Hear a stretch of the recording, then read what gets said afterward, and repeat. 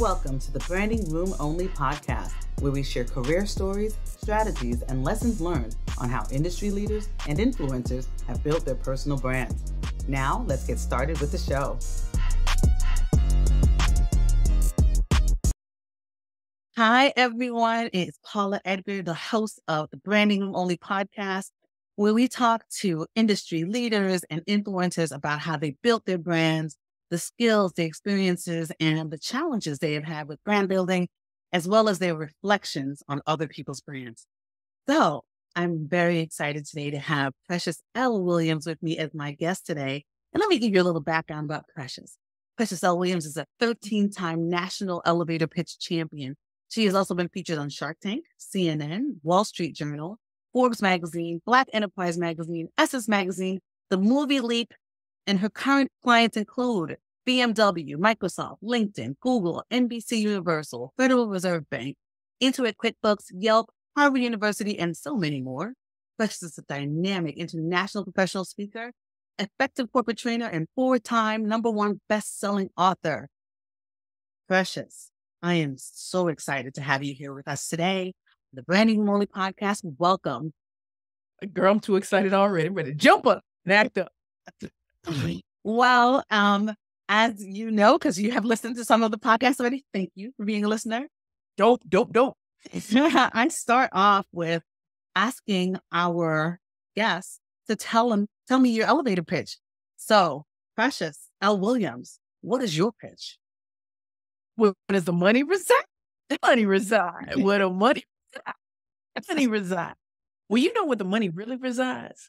It's in residing and creating a killer pitch that pays and slays.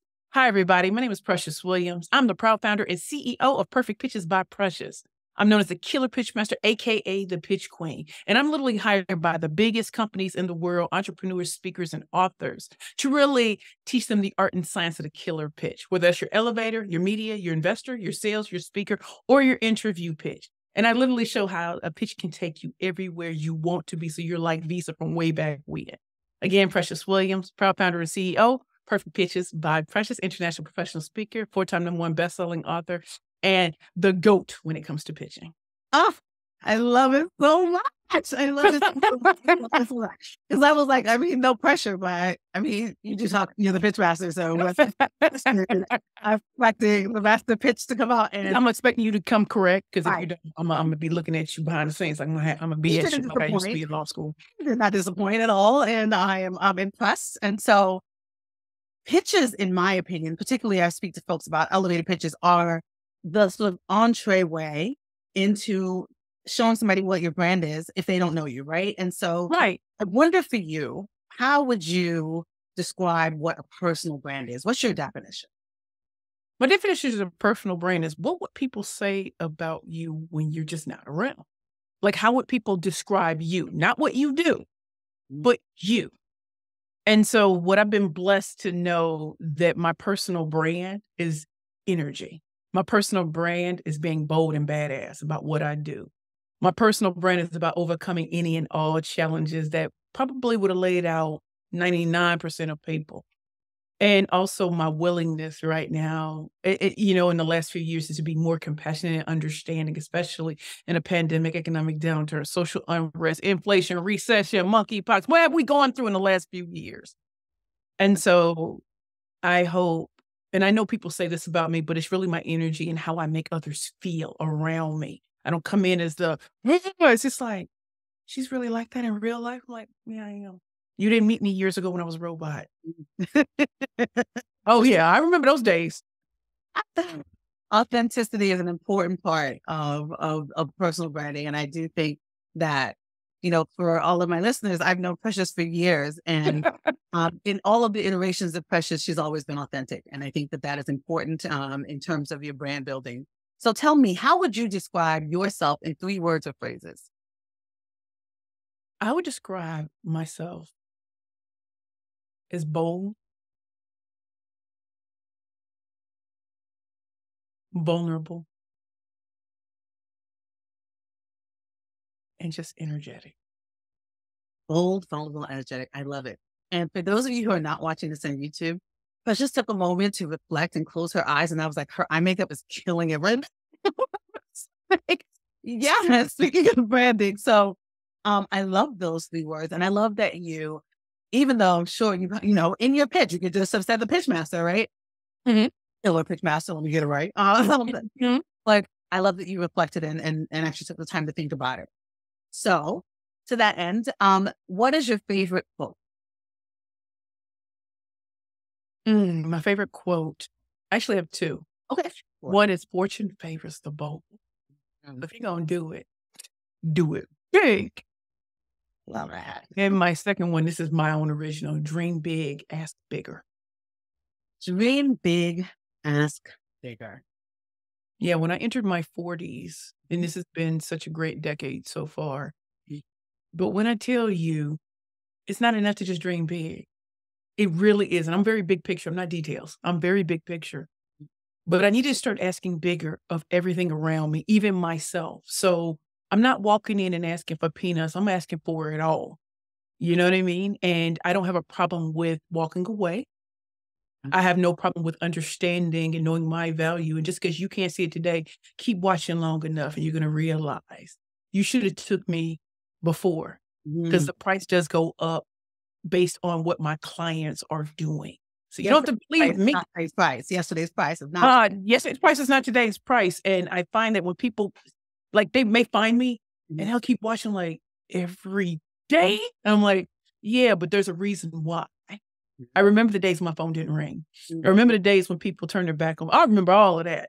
And so today, if I could just be an inspiration and don't just ask for the bare minimum. At 44, I want to ask for it all.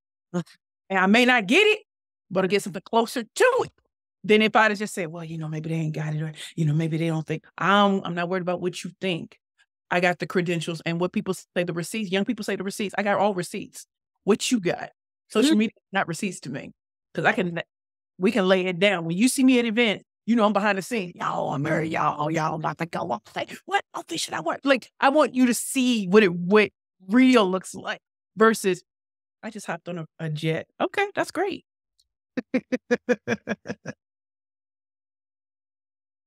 Yeah. I'm the main character of this story. So you're going to see there ain't nobody you can't touch if you know what you bring to the table. Wow.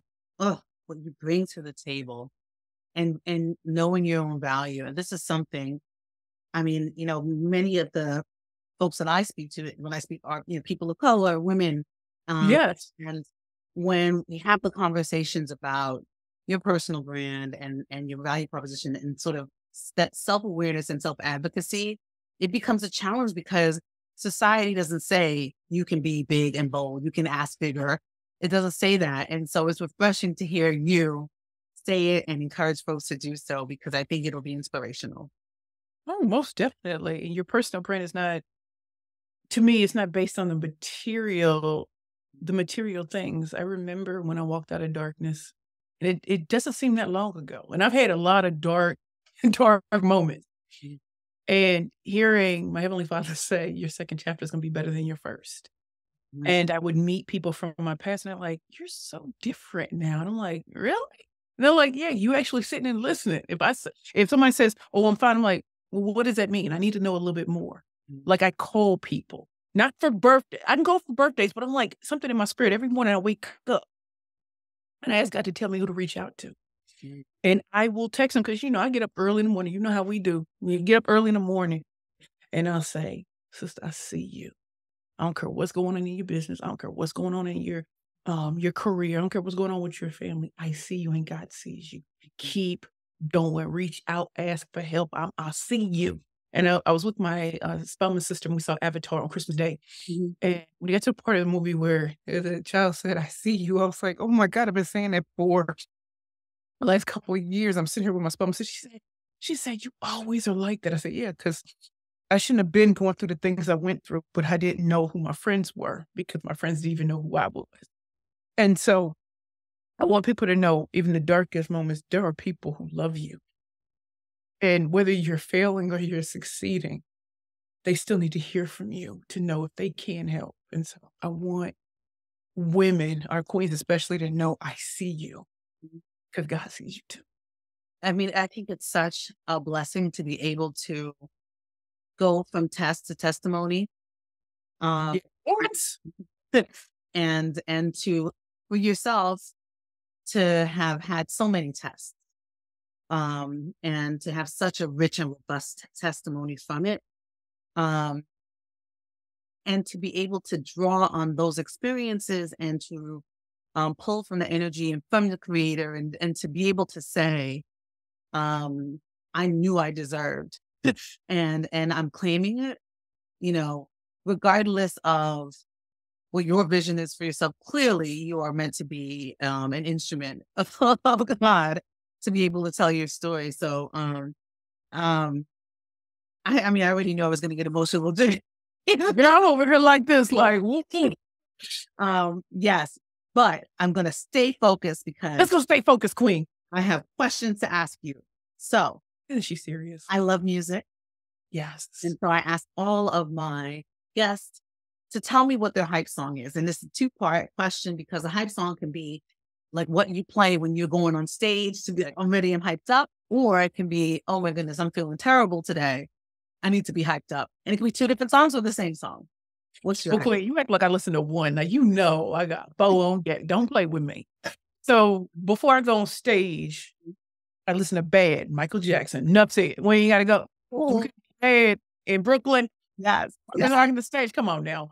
Number 2, Nicki Minaj, Moment for Life. When she said, this very moment I'm king, in this very moment I slay Goliath with the sling. With this sling, my sling is pitching. That's mine. I can slay anybody with that. Number 3, Eminem, Lose Yourself. That third stanza, because right before I go on stage, I'm like, I cannot grow old in Salem's Lot. Here I go, it's my shot. Feet fail me. Now, this may be the only opportunity I got. And that's happened so much in my life. I ain't had no money. I ain't had nothing. And I'm going hard. And I'm going to walk out as champion. And a song that I, used to listen to all the time, the gospel songs. I did not like gospel songs until I was at rock bottom. I swear I never liked them growing up. No weapon. No weapon against me shall prosper. And Jonathan McReynolds coming out. I'm coming out of all that darkness to be light again. But no weapon. I don't care what people say about me. They obviously don't know me. But hip hop is how I get on stage, because a lot of us from the inner city, when you make it, and you're dealing with two different, it's like the double consciousness happens. And then going back to gospel, like, you know what? No matter what happens, he's with me. And if I make a mistake, he gonna correct. And to be open and present. I was talking about this in therapy the other day, that, in therapy, they said, you have to go back in order to figure out where you are right now, and to try to forecast where you want to go. Right. And my therapist is always like, you have to stay present. You have to stay present. And for me, it's hard because as an entrepreneur, what's next? What am I going to do next? Girl, come on now. And going back can be sometimes really sad, like the things that I lost, right? And so I imagine you have that experience too. But the present, and I'm sitting here really feeling honored to be in present, right, with you. Yes. I'm present with Precious. In being grateful, right? In having gratitude. And I found that one of the biggest pieces of how I build my brand is to stay in gratitude, even when things are challenging. When I was homeless for those 2 years, I was so I tried to take my life on my 38th birthday. So to see 44 is like, what?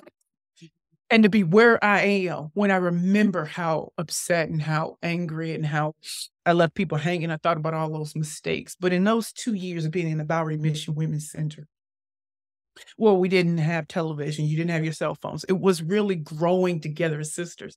And we all came from different walks of life. And so when I walked in, people were talking about, oh, she was on Shark Tank. I don't know about Shark Tank because I'm homeless. I know that's the biggest thing y'all ever think I will do. It's not. And over the first 6 months, realizing that my accomplishments they're great. That's what I've done. Is not who I am. And that is what our Heavenly Father was teaching me. Like, take all of that. I'm still going to survive, right? And your second chapter is going to be better. So when people are like, oh, that's probably the best thing you'll ever do, just get a job or whatever. And I'm not hating on jobs. Yeah. But just because you can't see it, you can't put a limitation on Precious Williams. I'm not going to be an attorney again. But what I will do is, if I've learned anything about communication, if I've learned anything, I'm going to faith this till I make it. Not fake it. I'm going to faith it.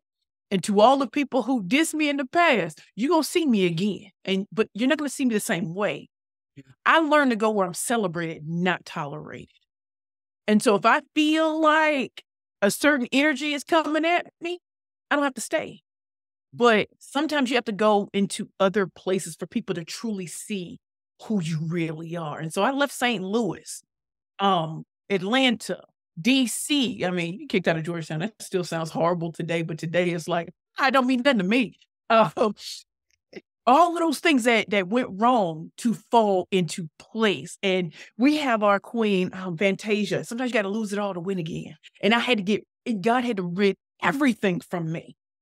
Everything, all physical possessions, all people, for me to be like, hey, you got to be built up from the inside out. And so I had to confront childhood trauma. I had to confront, and I'm not saying I'm still a work in progress. I wasn't emotional the way I am today. Mm-hmm. And I think that when people meet me, I'm the emotional speaker. Yeah, I'm gonna kill it. Yeah. But you're gonna feel the emotion more so than the technician or the tactician. You're gonna feel someone who's like, yo, I remember. I ain't there no more. Mm-hmm. But don't ever confuse me with someone who had the perfect life. My pictures are perfect. I'm a work in progress. Very much. So please believe I am. Oh, you said so many things just now. Well, first of all, faith it till I make it. I am stealing that. Right. Faith it till I become it. Not fake it till you make it, but I love faith it till I make it. I love that. Faith it. That vision he put in our minds is still there. I thought it was going to be big time. Try to be dead. In my 40s, I can absorb so much more. I understand why things didn't work out now. Yeah. So I understand why I had the mother I had. I understand why I had the father. I understand why because in my 40s, there's so much you've been through that you can look out. I can look out with love now. When I see women and men hurting. And yes, am I the killer pitchmaster still? Heck yeah. Girl, I come on stage to do battle. I'm not worried about who has a bigger name than me. That means nothing to me. Your bigger name, I'm the celebrity of Perfect Pitches by Precious. And I'm going to show you why I'm the best in the world at what I do. If you need to be associated with those people, that's great. I'm going to show you how to ball when all odds are against you. So Precious, I mean, you talked about some of your story and some of the sort of hills and valleys. But I'm really interested to know, because I've known you in iterations from law student,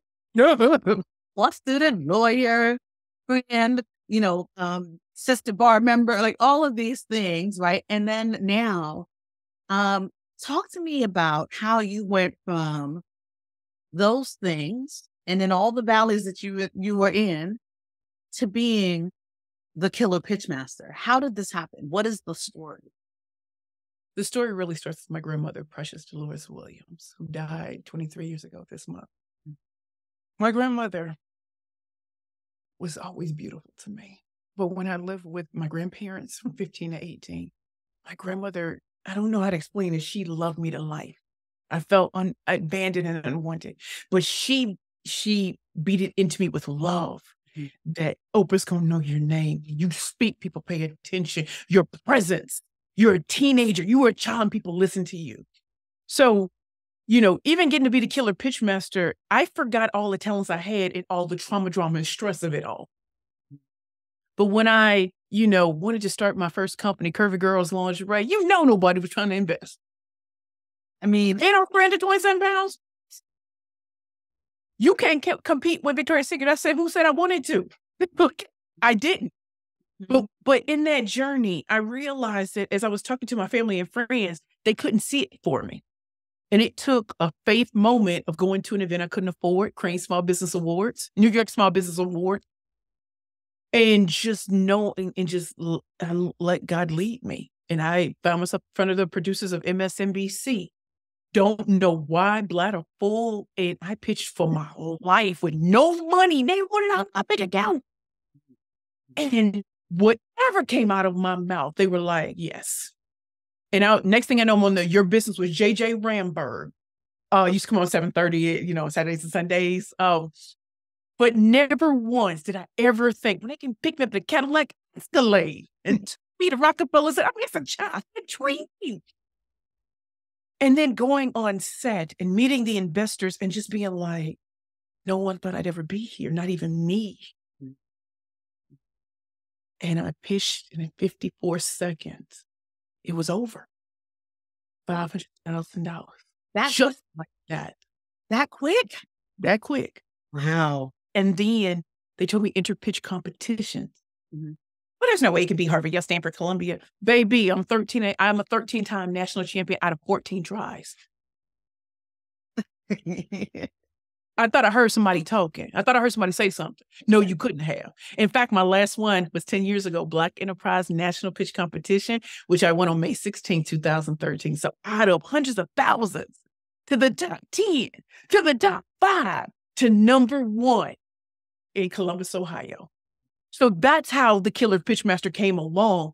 And people wanted to throw money at me at every competition. Like, hey, could you teach me? Thinking it's natural. I'm like, nobody told me. And then I took on 10 beta clients, and the next thing I know, they all won. What? Okay. So then Perfect Pitches by Precious is born. But Quinn, we got to be honest about business. Sometimes where you start, you cannot sustain that forever because people started to look at me as only, if you want to go on Shark Tank, or, if you want to win pitch competitions.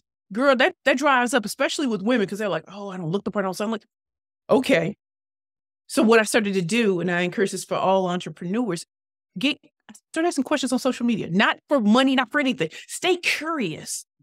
And that's when I realized people were pigeonholing me into, I only do one type of pitching. So that caused me to go deeper in. Some people are scared to pitch because they don't know how to speak. I've been speaking since I was 16. So I created the Booked and Busy Speakers Bootcamp. Some of them were like, this media pitch coach or this. And I said, wait a minute, there's 6 different forms of pitching. And I'm a phenom in all of them. So there's your elevator, your media, your investor, your sales, your speaker, and your interview pitch. What did that do? It also made me attractive to other organizations. Like, I don't have an Ivy League degree, but I've taught at Harvard and Columbia. I don't have, I don't have the things that they say I did, but I also teach at Babson College now because I've been my JD. And what did that also open up to when people said there's no way I can get in corporate America? Because, listen, I don't have a great track record in corporate America because, listen, I had a job. And yet, look at my clientele. So when I opened up my mind, when I stayed curious and I started to realize if I stay in this little box, certain things I can always be around.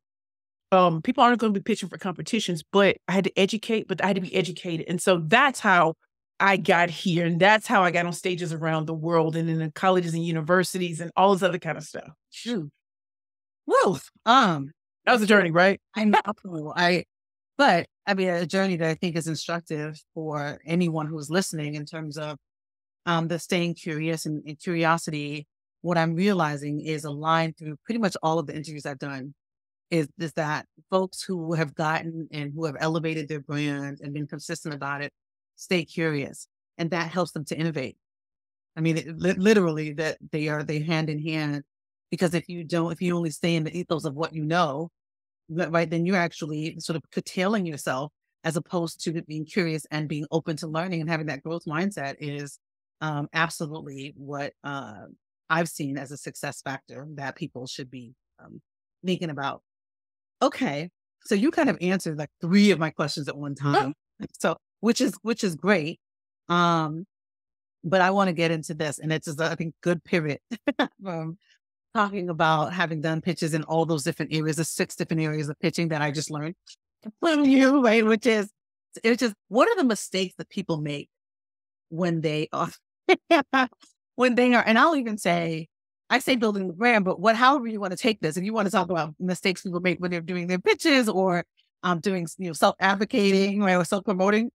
Answer however you like. I want to hear your thoughts. So the most common ways that people go wrong in pitching, number one, they're just boring. They went to the Google School of Pitching. I do this to help. Really? Really? I want people to know there are many ways to skin a cat. That ain't one of them. So if you are boring or you are robotic at it, there's no personality, no energy, no funk, no flavor, no noise. And yes, this is for my introverts too, who are like, oh, I don't have your personality. I was like, girl, when I started, no one had my personality and they thought I would never win.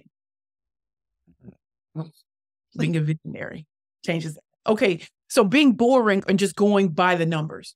Number two, when you don't bring any of yourself to the table, like I think people's origin stories, it doesn't have to be these long drawn out things. Man, I started Curvy Girls Lingerie. I was dating a very famous Hollywood actor.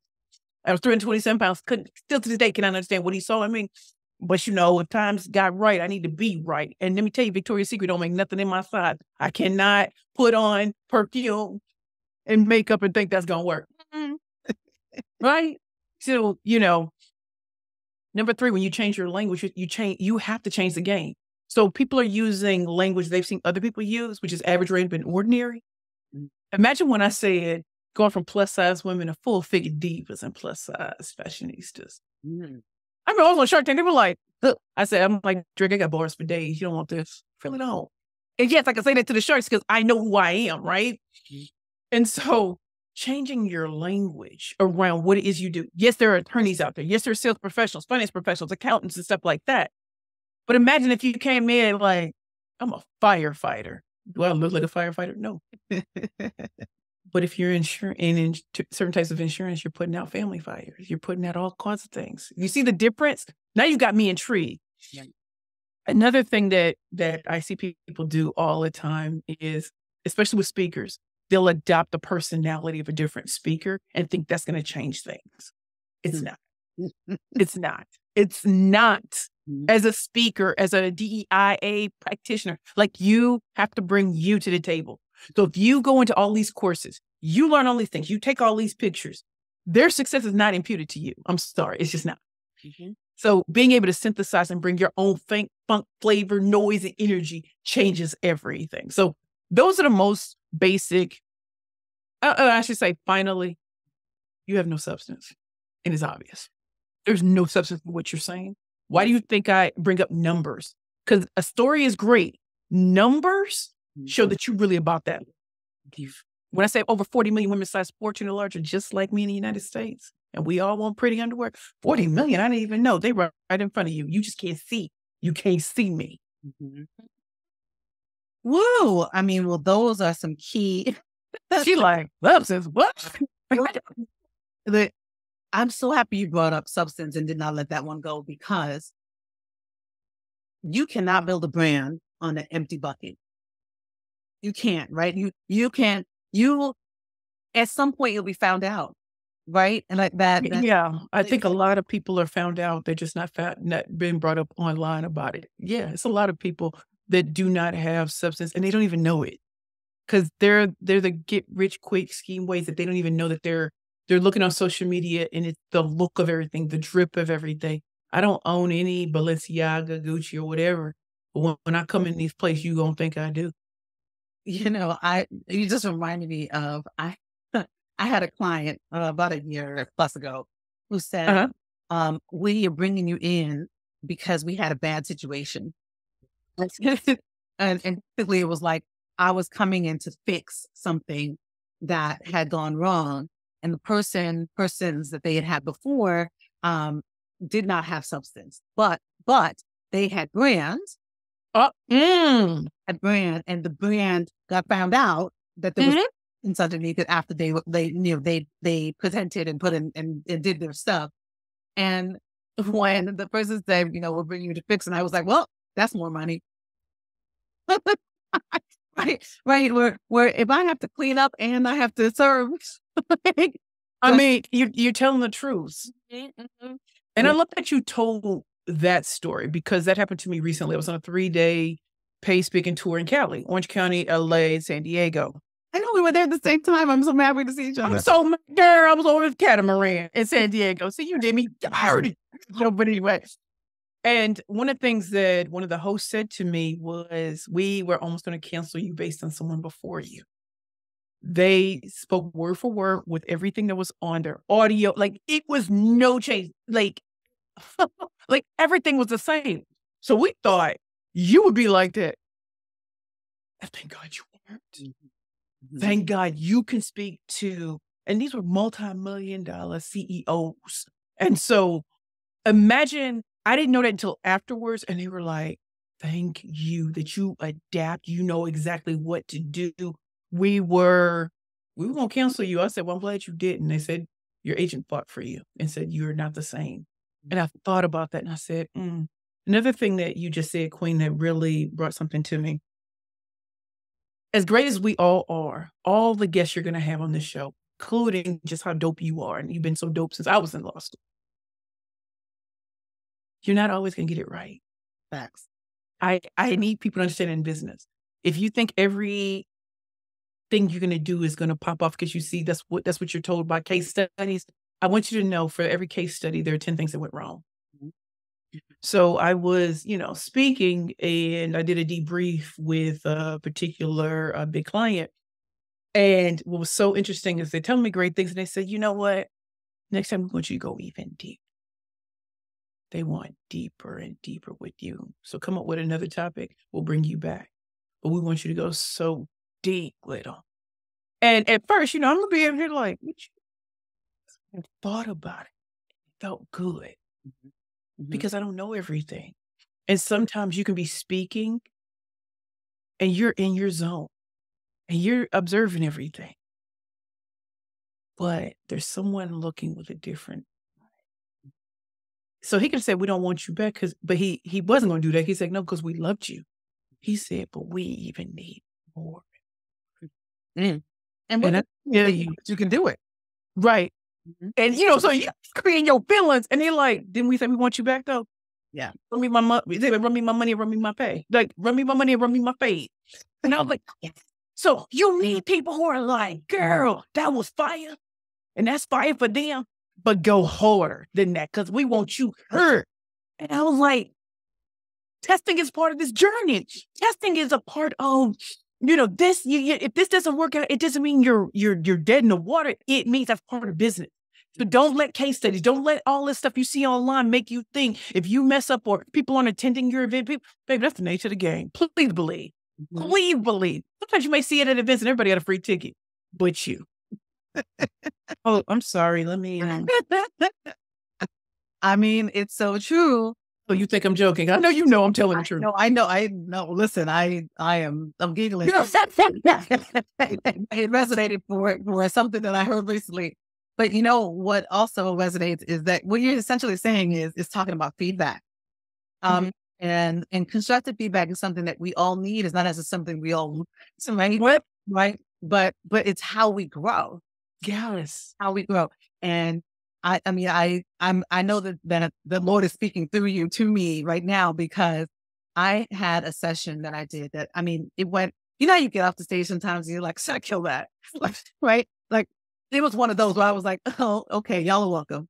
I knew that it was great. Yes. And people came up and said things to me. So I knew it went well. And afterwards, the organizers sent me feedback that they had gathered.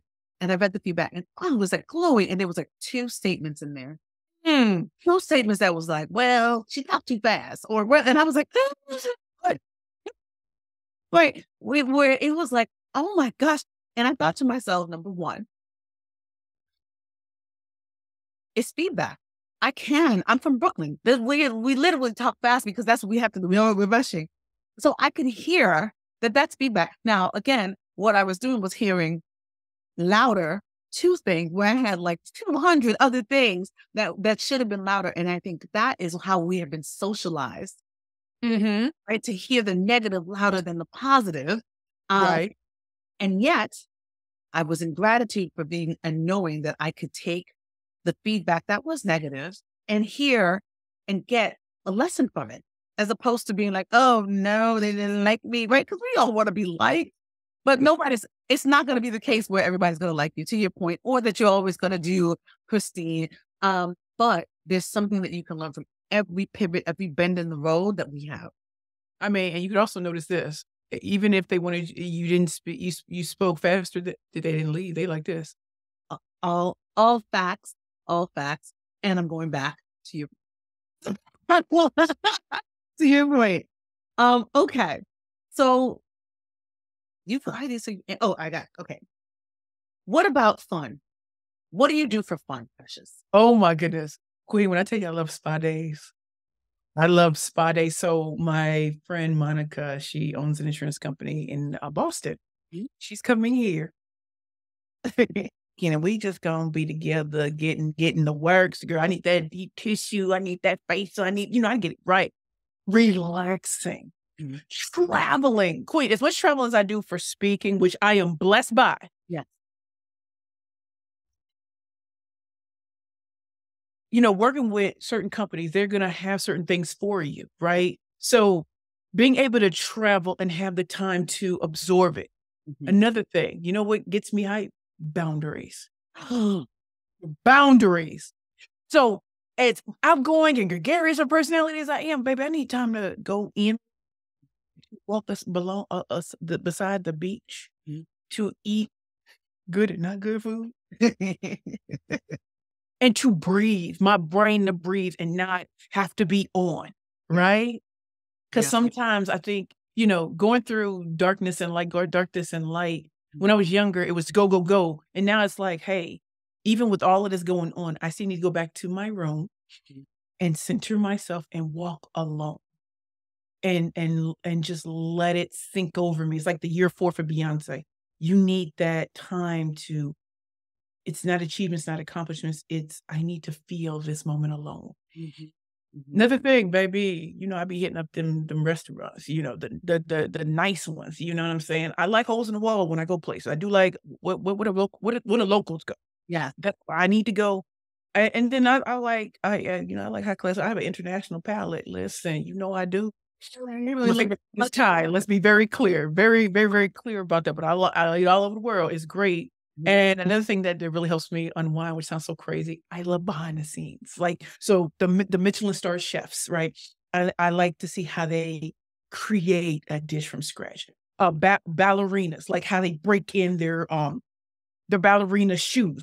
I like behind the scenes things, not when everything is picture perfect. The most important things to me is to see how genius happens. What things didn't work out for it to finally work out, right? So I even think about my law career.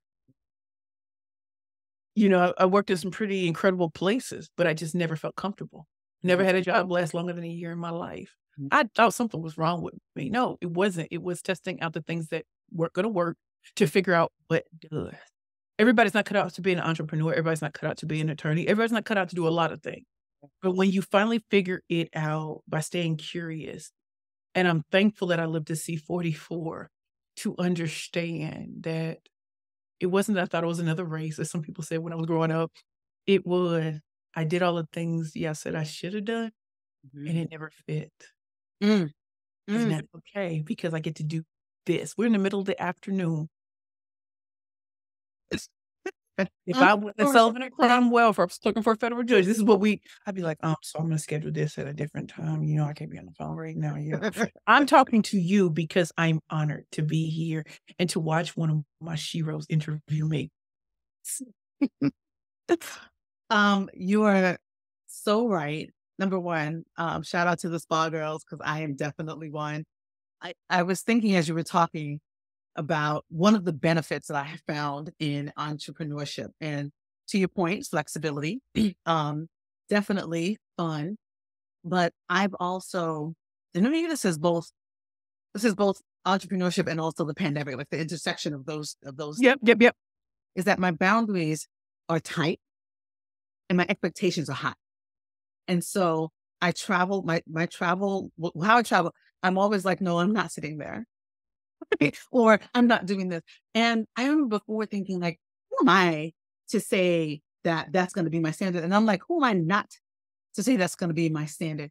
And It's funny because sometimes, people will be like, "Oh, you're in the front, you're not playing first class," and I was like, you know what? When I was a kid, my grandmother used to be like, "You have to get dressed up to go on a plane." Like, it was a privilege to go on a plane, and people would show up on a plane in a way that they had to look Yep. professional. And my grandmother could never have imagined me having the opportunity or the means to even attempt to sit in first class.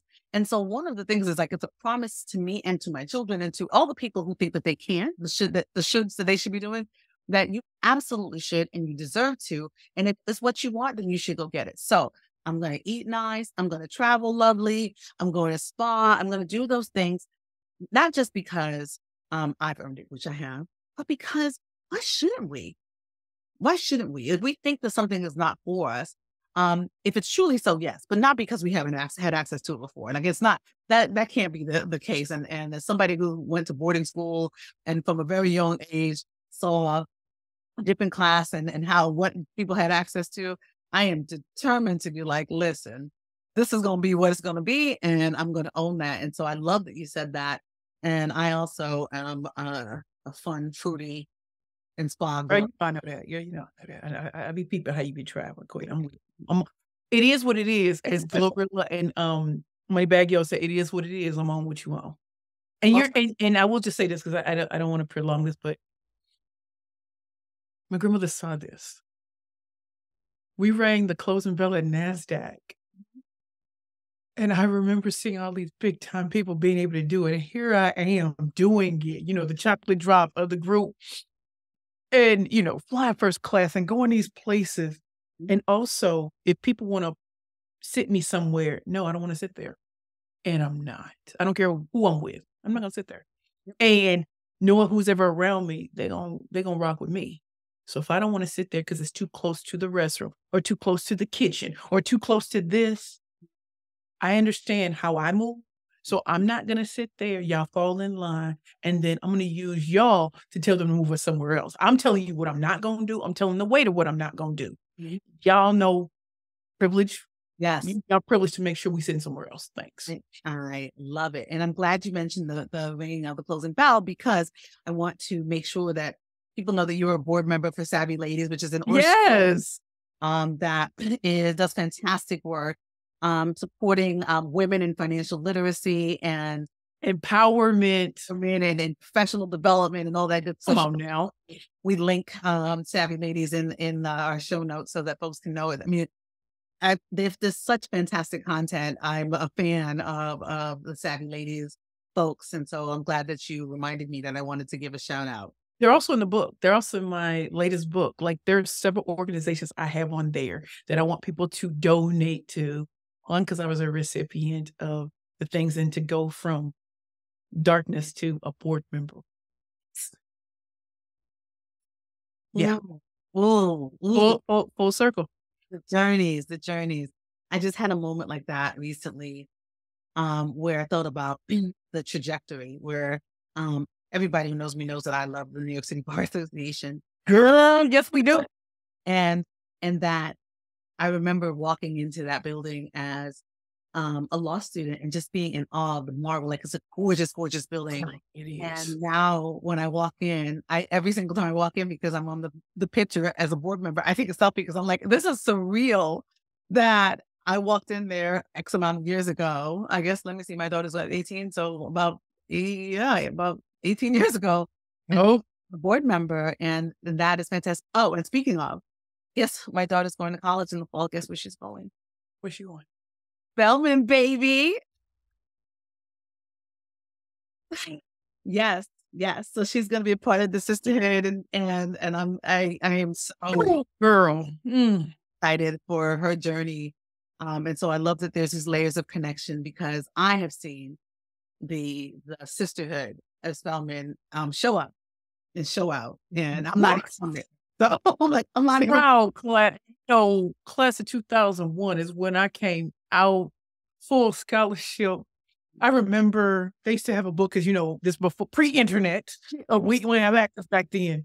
But I remember getting a bulletin and sleeping it underneath my pillow at night and telling my guidance counselor, oh, you're never going to get in. Oh, you're the smartest of the dumb here.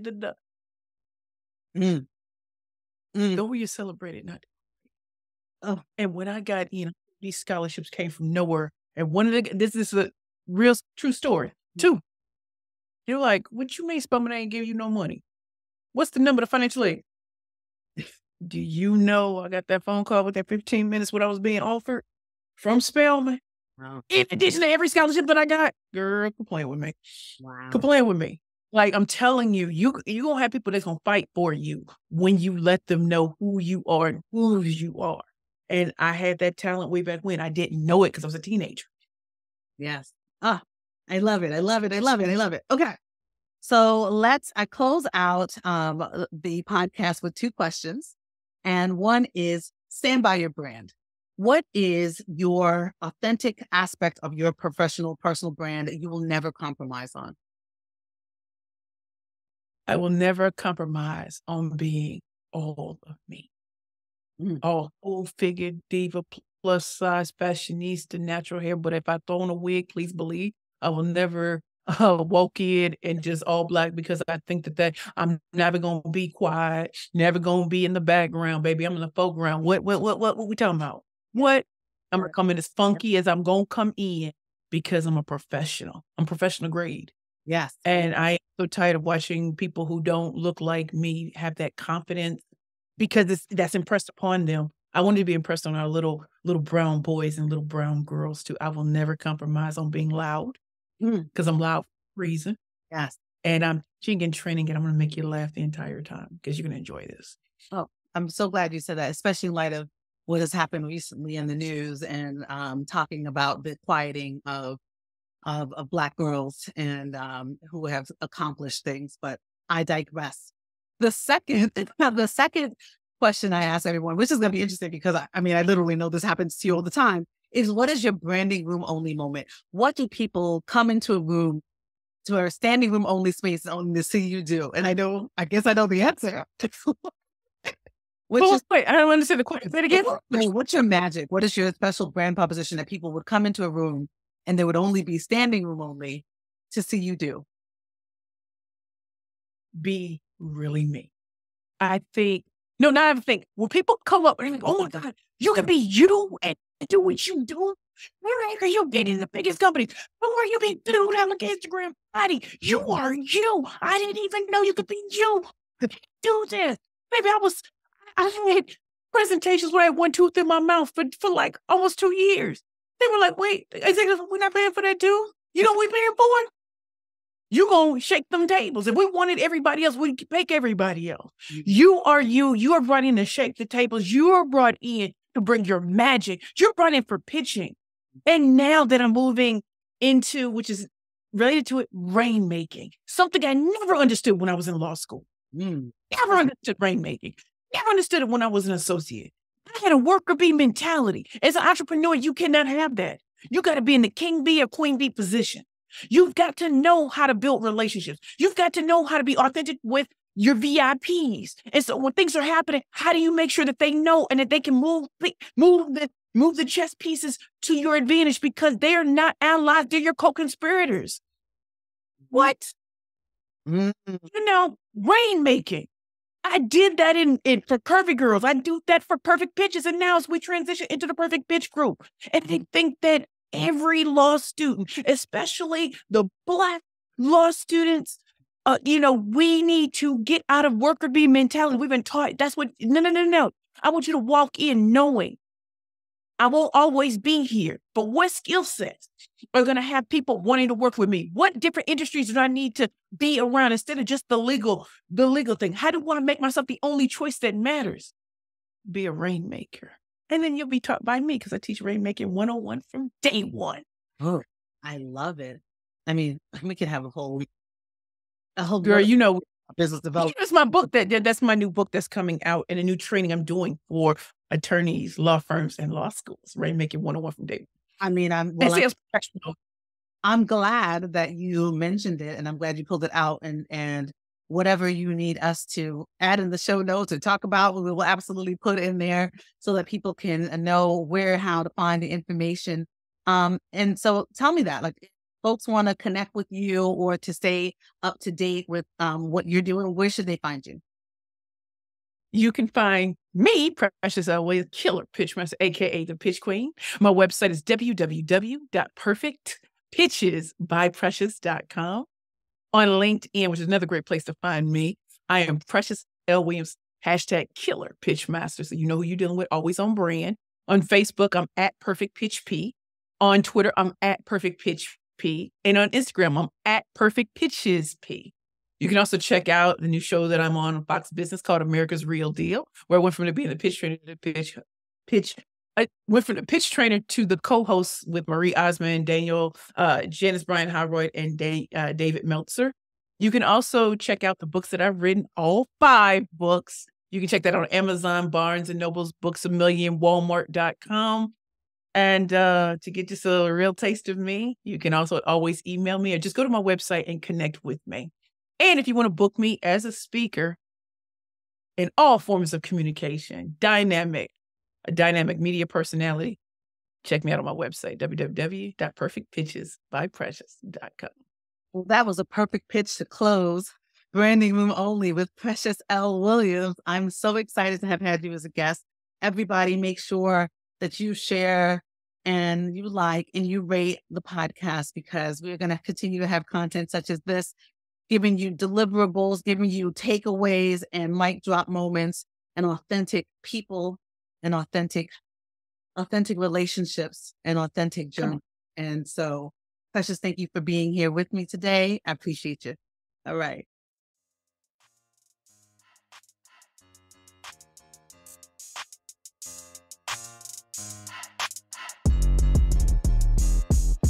Thanks for listening to the Branding Room Only podcast. We'll see you again next time, and be sure to hit subscribe to get future episodes.